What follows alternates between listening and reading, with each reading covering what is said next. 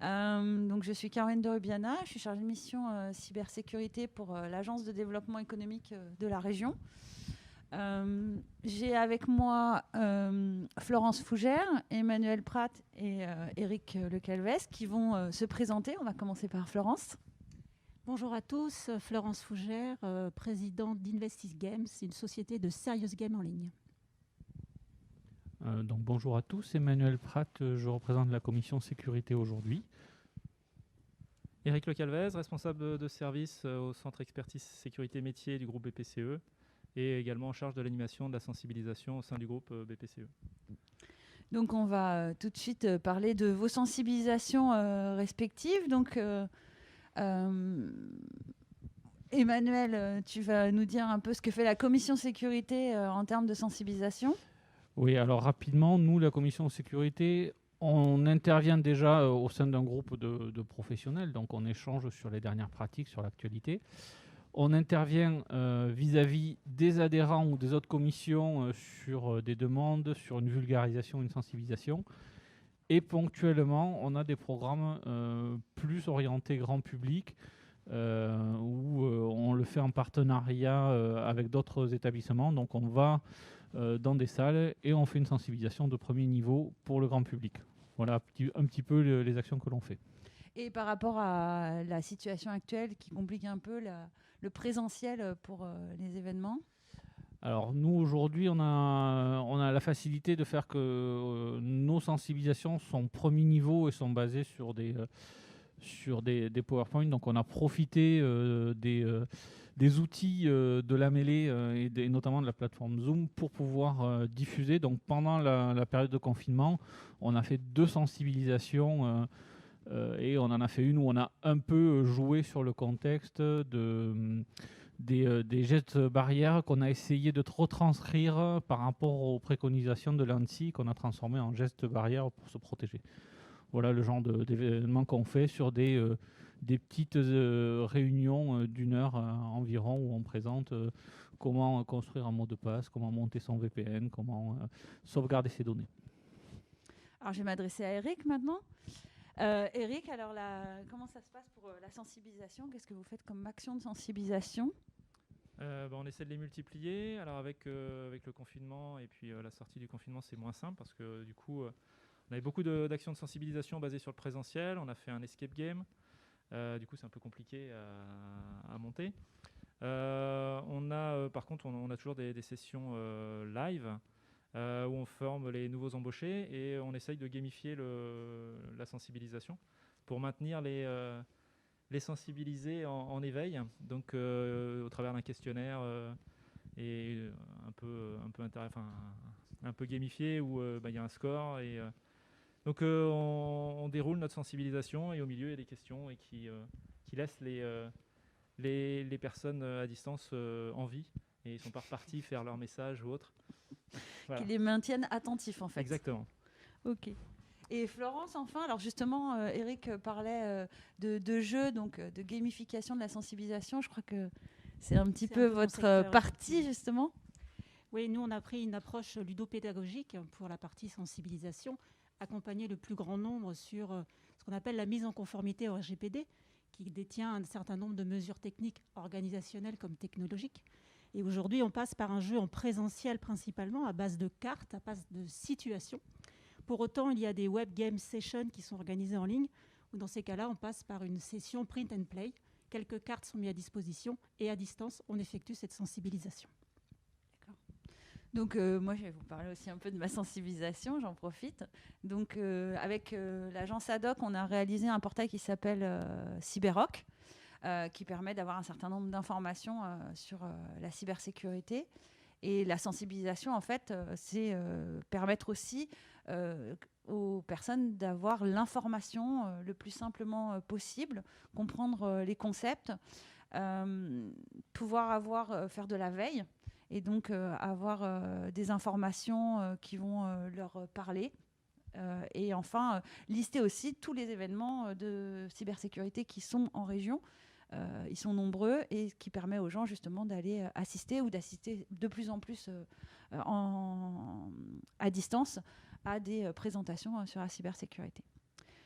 Emmanuel, quelles sont un peu les personnes que vous visez dans vos sensibilisations?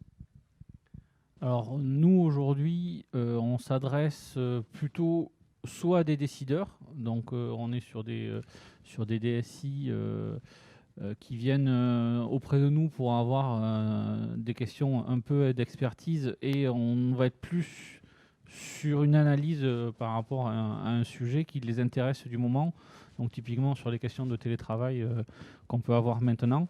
Donc là, on va faire un peu de sensibilisation sur la partie risque qu'ils peuvent avoir sur ces niveaux-là. Et ensuite, on s'adresse énormément à travers nos adhérents au grand public. C'est là où on fait le plus de sensibilisation, puisqu'après le reste, on est plutôt sur des échanges d'experts. Et vis-à-vis du grand public, c'est aujourd'hui, on a fait, ça fait 3 ans qu'on le fait, où on va dans des agences du Crédit Agricole et on rencontre les clients du Crédit Agricole. Pendant 2 heures, on fait une présentation de sensibilisation. Et c'est vrai que c'est assez compliqué de les tenir intéressés, même en étant en présentiel. Donc je rejoins sur ce que disait Eric, on n'est pas toujours sûr que tout le monde soit attentif dans la salle. Du coup, on essaie de faire quelque chose de un peu dynamique, un peu ludique, avec quelques exemples concrets. Et typiquement, moi, je m'appuie beaucoup sur les dessins de Fix qui sont publiés pour le moins cybersécurité sur le site de l'ANSSI, et qui sont pleins d'humour et qui sont très orientés et très compréhensibles pour le grand public. Florence, vous, votre public?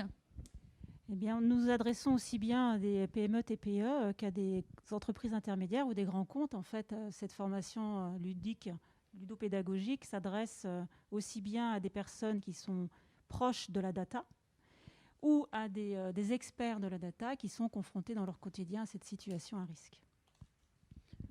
Eric, la même question. Alors côté BPCE, on s'adresse à tout le monde. Puisqu'en fait, le risque, il est partout. Aujourd'hui, nos cybercriminels ont compris que les infrastructures étant de plus en plus robustes, c'est beaucoup plus simple de s'attaquer à l'humain. Et donc, l'idée, c'est de sensibiliser tout le monde, de la personne en agence jusqu'aux dirigeants au siège, en passant par les équipes de développement ou les équipes d'infrastructure. Voilà, donc l'objectif est même, pourquoi pas, d'aller voir les clients. Pour l'instant, on est en réflexion sur cette partie-là. Et puis, on travaille aussi avec Oxymore sur la région pour travailler avec l'ensemble des adhérents pour proposer des sensibilisations, on espère, innovantes. Et puis, Donc, en fait, faire des sensibilisations au-delà d'IBP. Exactement. Donc, tout le groupe, et puis... oui, donc pas, tout le groupe, pardon, j'ai réduit. Tout le groupe BPCE. C'est large, parce qu'on va par-delà les frontières. Il y a combien de personnes? On a... C'est peut-être question piège, là. Ouais, environ 110 000 personnes. Ah oui, quand même. Ouais. Faire un petit peu de sensibilisation. Voilà, ça fait... Ouais, c'est pas simple. Et donc, voilà, 110 000 personnes. Et puis, on espère un peu déborder un petit peu au-delà sur la région avec Oxymore. D'accord, ok. Et il y a des ressources qui sont accessibles En ligne, non. Aujourd'hui, non.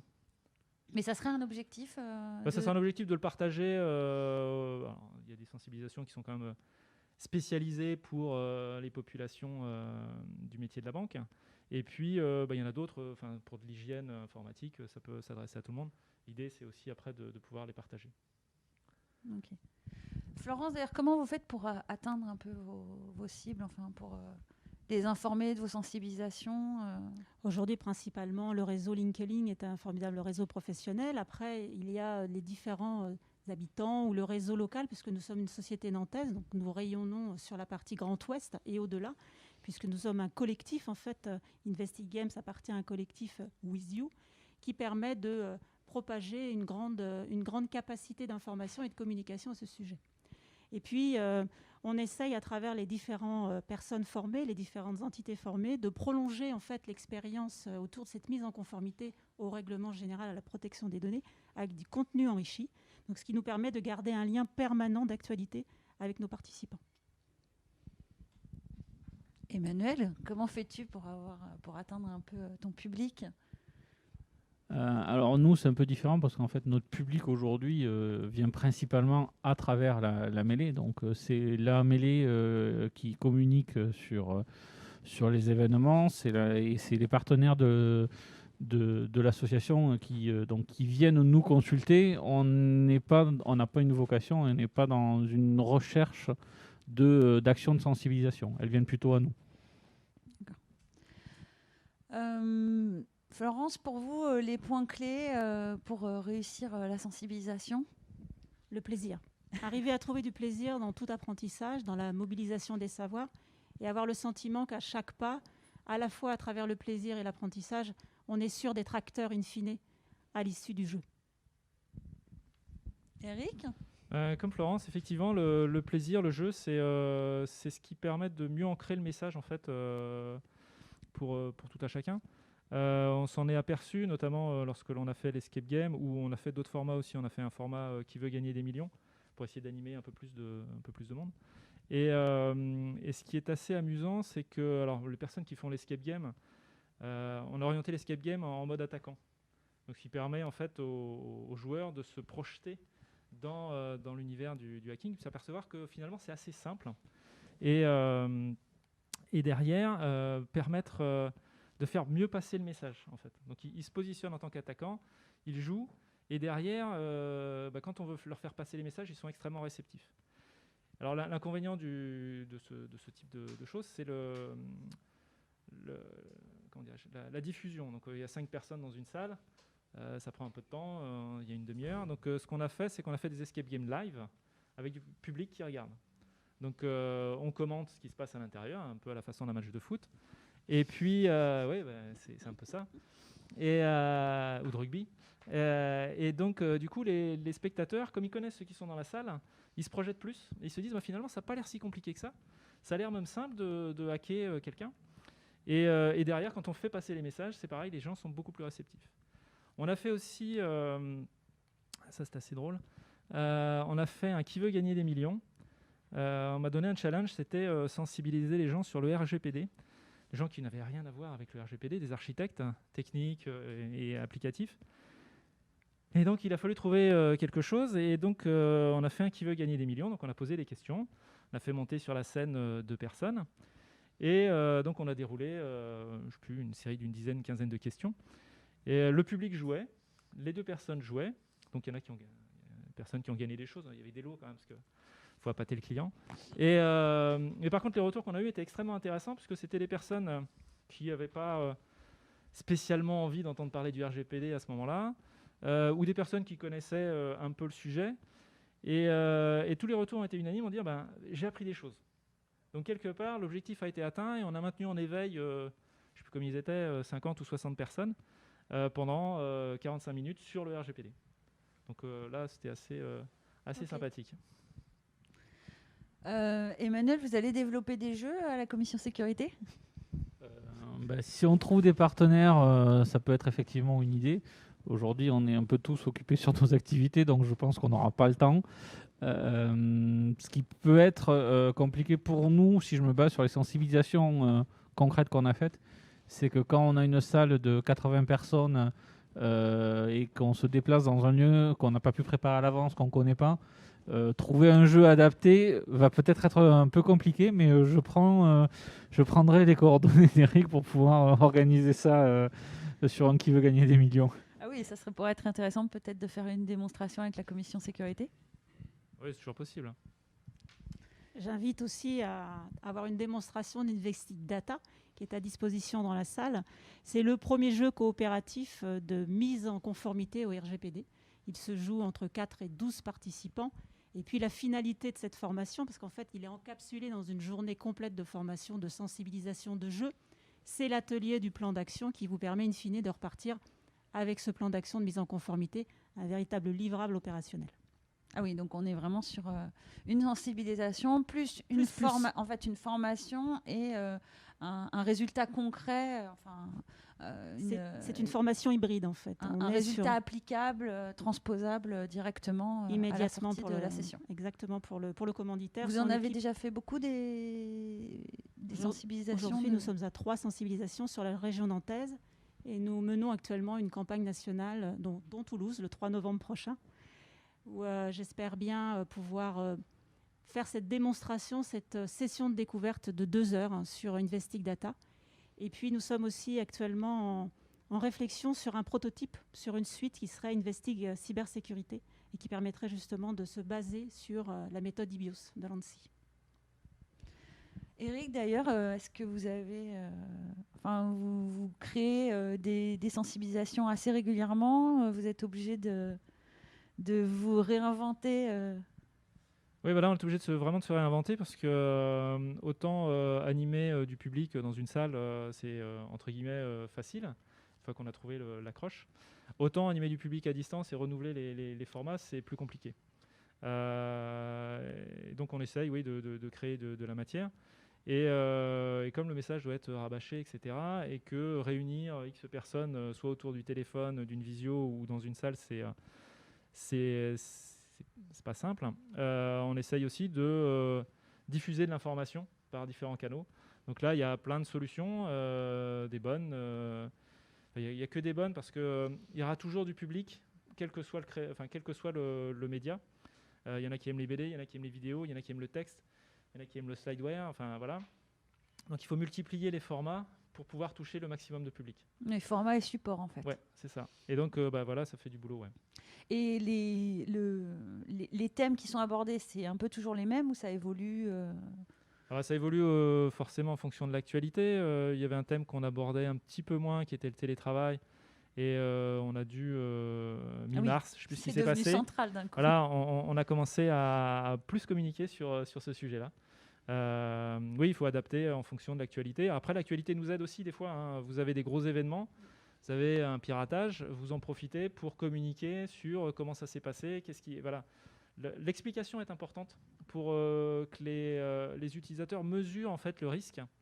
Tant qu'ils n'ont pas mesuré le risque, ça n'arrive qu'aux autres. Ils ont etc. besoin de s'identifier. Comme les accidents de voiture, tant que vous n'avez personne de votre famille qui est touché, ça n'arrive qu'aux autres, c'est pas grave, quoi. Voilà, c'est un peu le principe. Donc, je comprends. expliquer les conséquences pour que les gens mesurent en fait l'impact de ce qu'ils font au quotidien. Ouvrir un mail, tiens, je sais pas qui c'est, qu'est-ce qu'il veut, etc. Je vais cliquer, je vais le voir. C'est peut-être pas une bonne idée. Donc s'ils savent pas ce qui peut se passer, ils vont tester, ils vont creuser. La curiosité l'emporte sur la raison. Oui, vous les mettez en situation aussi sur les mails avec des campagnes de phishing? Bien évidemment, oui, ça fait partie de l'arsenal nécessaire. Alors après, il ne faut pas essayer de faire quelque chose pour mesurer, mais plutôt pour tester, voir comment les gens réagissent à ces mails de phishing. On s'aperçoit qu'il y a des moyens pour les rendre plus vigilants. Nous, on a mis des disclaimers sur les messages qui viennent de l'extérieur quand on juge qu'ils sont à risque. Et effectivement, 2 messages similaires, un avec et un sans le disclaimer, on a du simple au quadruple taux de clic sur ces mails-là. Bien sûr. Oui, voilà. des éléments qui les alertent un peu visuels. C'est pas bon non plus parce qu'après on les voit plus. Pas assez, on en rate. Donc voilà. Mais ça nous trouver permet le bon dosage. Voilà notre dispositif pour gérer tout l'arsenal autour de la messagerie, parce que la messagerie est quand même un excellent vecteur de. Terrible vecteur. C'est ça, terrible. Florence, d'ailleurs, alors on parlait d'actualité, donc l'actualité, ça vous permet un petit peu de présenter le jeu, parce qu'il y a quand même, on a pas mal de retours dans l'actualité par rapport au respect du RGPD qui n'est pas toujours en place dans les organisations. Effectivement, je rebondis sur un certain nombre d'actualités de la CNIL ou d'autres sites sur lesquels je peux m'appuyer. Et puis, Investig Data s'appuie sur l'actualité à travers des articles de presse. Donc, en fait, je renouvelle sans cesse cette formation autour d'un axe qui est toujours je récupère un certain nombre de concepts du RGPD ou de l'aspect cybersécurité. Et cette fois-ci, je peux démarrer ce jeu à travers des cartes d'action, à travers des preuves de conformité, qui est bien la finalité vis-à-vis de la mise en conformité. Donc, c'est l'actualité qui est ma première source d'information. Emmanuel, est-ce que vous avez des demandes spécifiques des membres de la commission ou de la mêlée par rapport justement à l'actualité et qui voudraient que vous les informiez? Alors là, j'ai pas en tête les dernières demandes. Je sais qu'effectivement, depuis longtemps, on en a eu sur la partie télétravail et comment l'organiser. Donc là, effectivement, ça s'est un peu accentué. On a eu un peu plus de demandes et de personnes intéressées sur ce sujet. Après, c'est vrai que on est assez régulièrement proactif sur les annonces qu'on fait.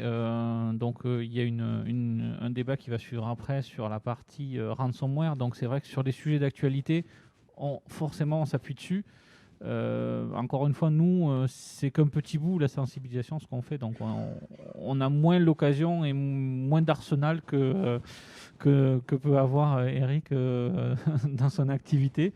Voilà, mais c'est vrai que oui, forcément, on s'appuie sur l'actualité et on essaie aussi de renouveler parce que certaines menaces s'accentuent dans le temps, d'autres sont quasi plus exploitées puisqu'il y a beaucoup plus de mesures maintenant et les gens sont beaucoup plus justement sensibilisés, donc elles sont moins efficaces et voilà, donc c'est vrai que l'actualité est un vecteur important, oui. Eric, une estimation du nombre de sensibilisations, je ne sais pas, sur une année, c'est peut-être un non. petit peu... Sur 110 000 personnes, je ne sais pas faire une estimation.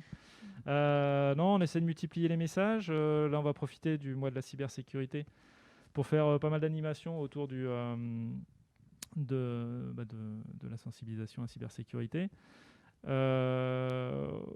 En général, enfin avant mi-mars, on faisait à peu près 2 sessions live. J'entends des escape games, des conférences auprès des établissements. On faisait à minima 2 séances par mois. Là, depuis mi-mars, ça s'est un petit peu stoppé. Ça va reprendre la fin d'année. On va retourner voir les banques, les caisses, etc. Et est-ce qu'il y a des personnes qui sont plus difficiles à sensibiliser que d'autres ? Tout le monde est difficile à sensibiliser. Comme ça, Non, après, oui, c'est... En fait, c'est pas que les personnes soient difficiles à sensibiliser, c'est la situation dans laquelle elles sont, au moment où vous voulez les sensibiliser, qui peut rendre la sensibilisation difficile. En fait, si vous avez un conseil d'administration, sensibiliser un conseil d'administration, c'est très compliqué. Ou des hauts dirigeants. C'est très compliqué si vous leur envoyez un message, etc. Ça marche pas. Par contre, s'ils sont tous réunis dans la même pièce et que vous arrivez avec un sujet bien ficelé, elles vont être très attentives. Donc voilà, donc c'est aussi une question de situation.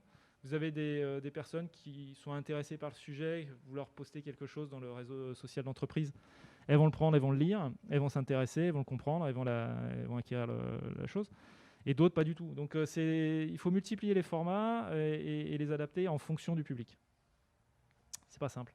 Mais Il y a un format qui marche vraiment plus que les autres ? Non. Donc c'est vraiment en fonction après, des personnes. C'est en fonction des personnes et de l'état d'esprit. Vous avez des personnes qui vont être sensibles à l'humour, et donc si vous jouez sur l'humour, ça va marcher tout de suite. Il y a des personnes qui sont plus sensibles à l'explication. Donc si vous avez un format qui explique bien, elles vont bien recevoir le message. C'est pas simple. Et donc il faut multiplier les formats. Florence, est-ce qu'il y a vous avez constaté qu'il y avait des personnes qui avaient plus de mal à être sensibilisées, enfin qui étaient moins réceptives ? Alors oui, comme vous disiez Eric, il y a des personnes et des publics différenciants, c'est-à-dire des personnes qui sont complètement impliquées dans leur quotidien et qui vont manipuler de la donnée ou des dispositifs IoT et qui vont se sentir concernées, d'autres qui sont plus éloignées et qu'il est difficile d'aller chercher.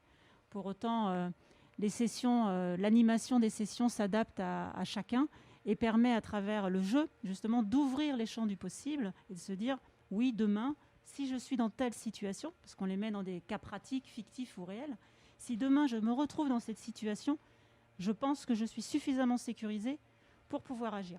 Et c'est là où on a gagné dans la sensibilisation, c'est qu'on les a mis dans une situation, ils se sont rendus compte qu'ils pouvaient agir et que demain, ils pourront prolonger cette expérience. Et ça, c'est l'essentiel.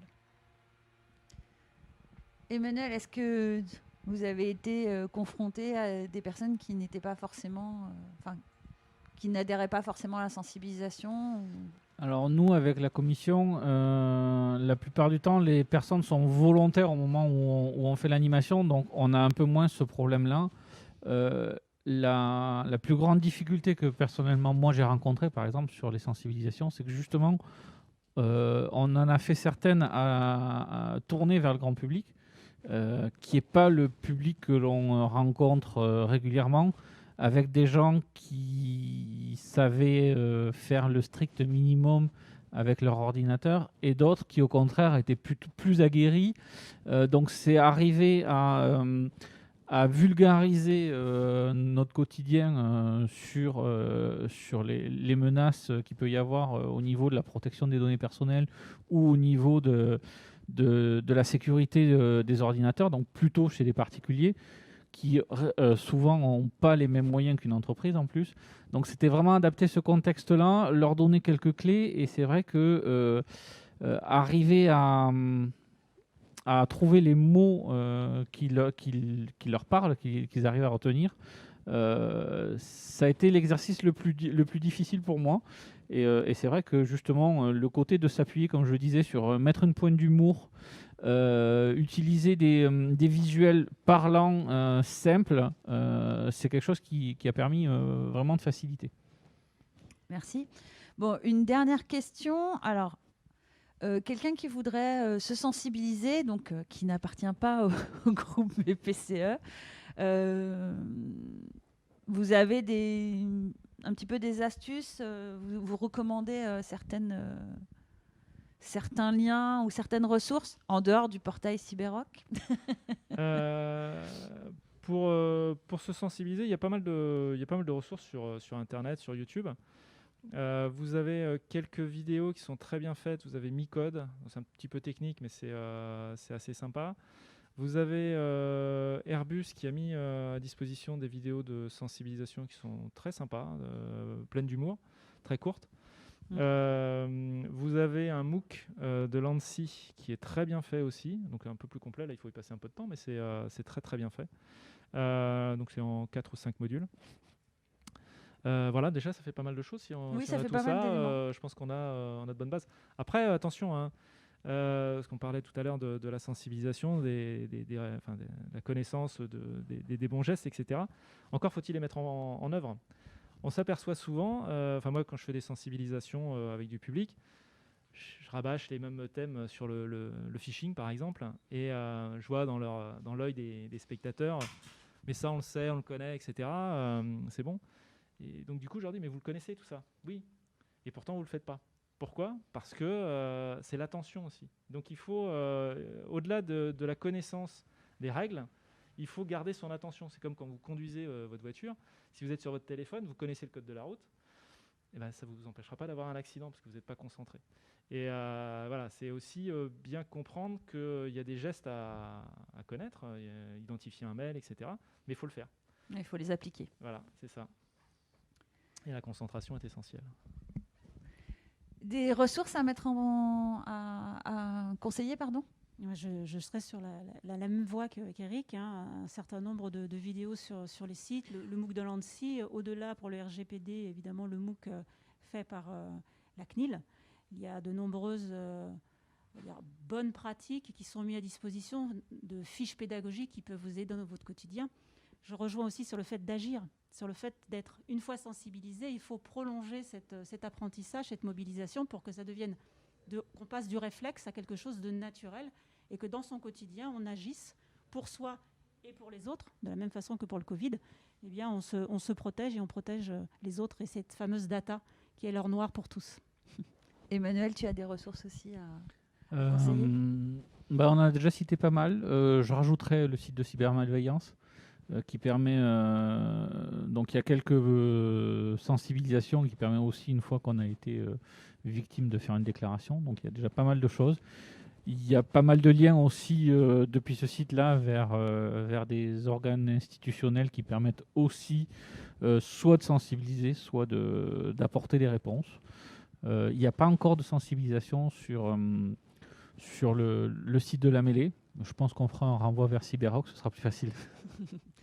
Bon, très bien, merci beaucoup. Je vais juste conclure. Donc, en fait, les ressources dont on vous a parlé, vous pouvez les retrouver sur le portail Cyberrock. Il y a le MOOC, l'atelier RGPD de la CNIL. Il y a le MOOC de l'ANSSI. Il y a les vidéos d'Airbus. Je n'ai pas les vidéos de Micode, mais je vais peut-être les ajouter. Je rajouterai aussi le portail Hack Academy, où il y a des petites vidéos un peu amusantes et des petits quiz. Donc, ça permet un petit peu de se familiariser avec le sujet. Merci beaucoup. Est-ce que vous avez des questions ?